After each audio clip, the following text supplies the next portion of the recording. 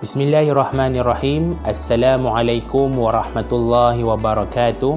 Alhamdulillah, nahmaduhu wa nasta'inuhu wa nastaghfiruh wa na'udzu billahi min syururi anfusina wa min sayyiati a'malina. May yahdihillahu fala mudilla lahu wa may yudlil fala hadiya lahu. Asyhadu an la ilaha illallah wa asyhadu anna Muhammadan abduhu wa rasuluh. Allahumma salli ala Sayyidina Muhammad wa ala alihi wa sahbihi wa barik wa salim. Amma ba'd.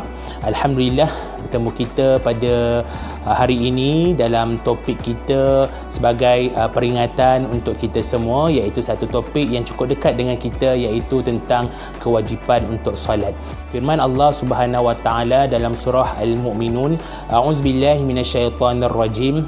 Qad aflahal mu'minun alladzina hum fi salatihim khashi'un. Allah Subhanahu wa taala berfirman dalam surah Al-Mu'minun yang mengatakan bahawa barang siapa orang mukmin yang ingin berjaya, maka khusyuklah dalam solat. Maka berjayalah bagi orang-orang yang beriman. Siapa yang berjaya? Iaitu orang yang khusyuk dalam solat. Tuan-tuan muslimin, muslimat dan para penonton sekalian, kewajipan solat ini adalah merupakan satu tuntutan kepada setiap yang bergelar hamba kepada Allah Subhanahu wa taala. Maknanya tuan-tuan, bila kita berbicara tentang kewajipan nak tak nak, hamba-hamba Allah ini, yang kita sebagai hamba ini, kita perlu wajib melaksanakan solat. Kenapa kita perlu solat? Solat ini adalah merupakan penghubung kita dengan Allah Subhanahu wa taala, dan secara tak langsung juga merupakan konsep kita bersyukur di atas anugerah yang Allah Subhanahu wa taala berikan serta nikmat yang Allah Subhanahu wa taala berikan kepada kita.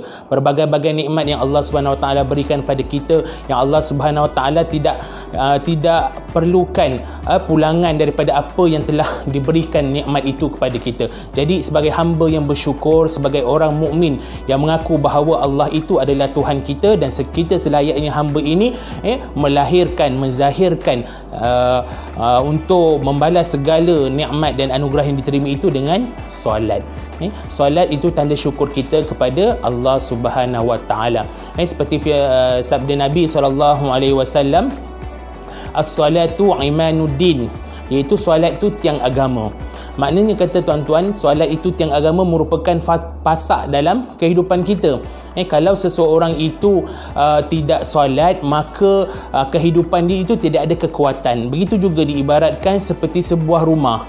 Kalau rumah itu tidak mempunyai tiang, maka rumah itu tidak kukuh. Rumah itu bila-bila masa boleh roboh. Rumah itu bila-bila masa ditiup angin, dia akan musnah. Begitulah dalam kehidupan kita. Solat itu merupakan tiang.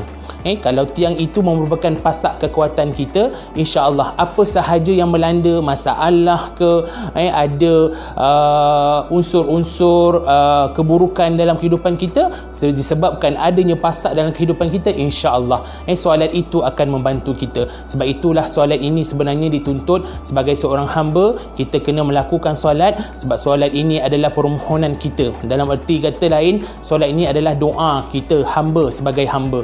Hamba ni peranan kita tak lain tak bukan nak buat apa yang Allah Subhanahu wa taala suruh. Sebab itulah Allah Subhanahu wa taala suruh kita untuk solat, dan Allah gambarkan siapa yang solat khashi'un, itu khashi'un ni maksud dia apa? Konsisten.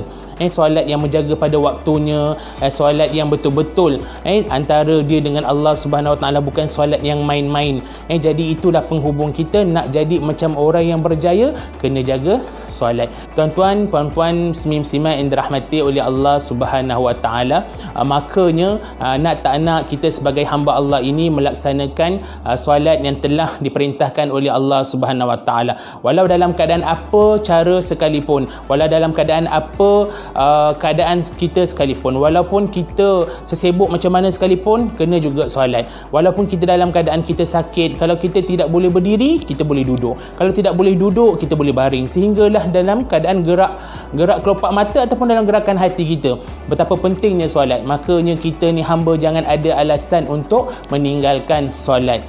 Itulah pesanan saya untuk kali ini. Kita sebagai hamba Allah yang bersyukur di atas segala nikmat yang Allah Subhanahu wa taala berikan, nak tak nak menjadi kewajipan kita sebagai orang Islam, kewajipan kita sebagai orang mukmin untuk menjaga solat.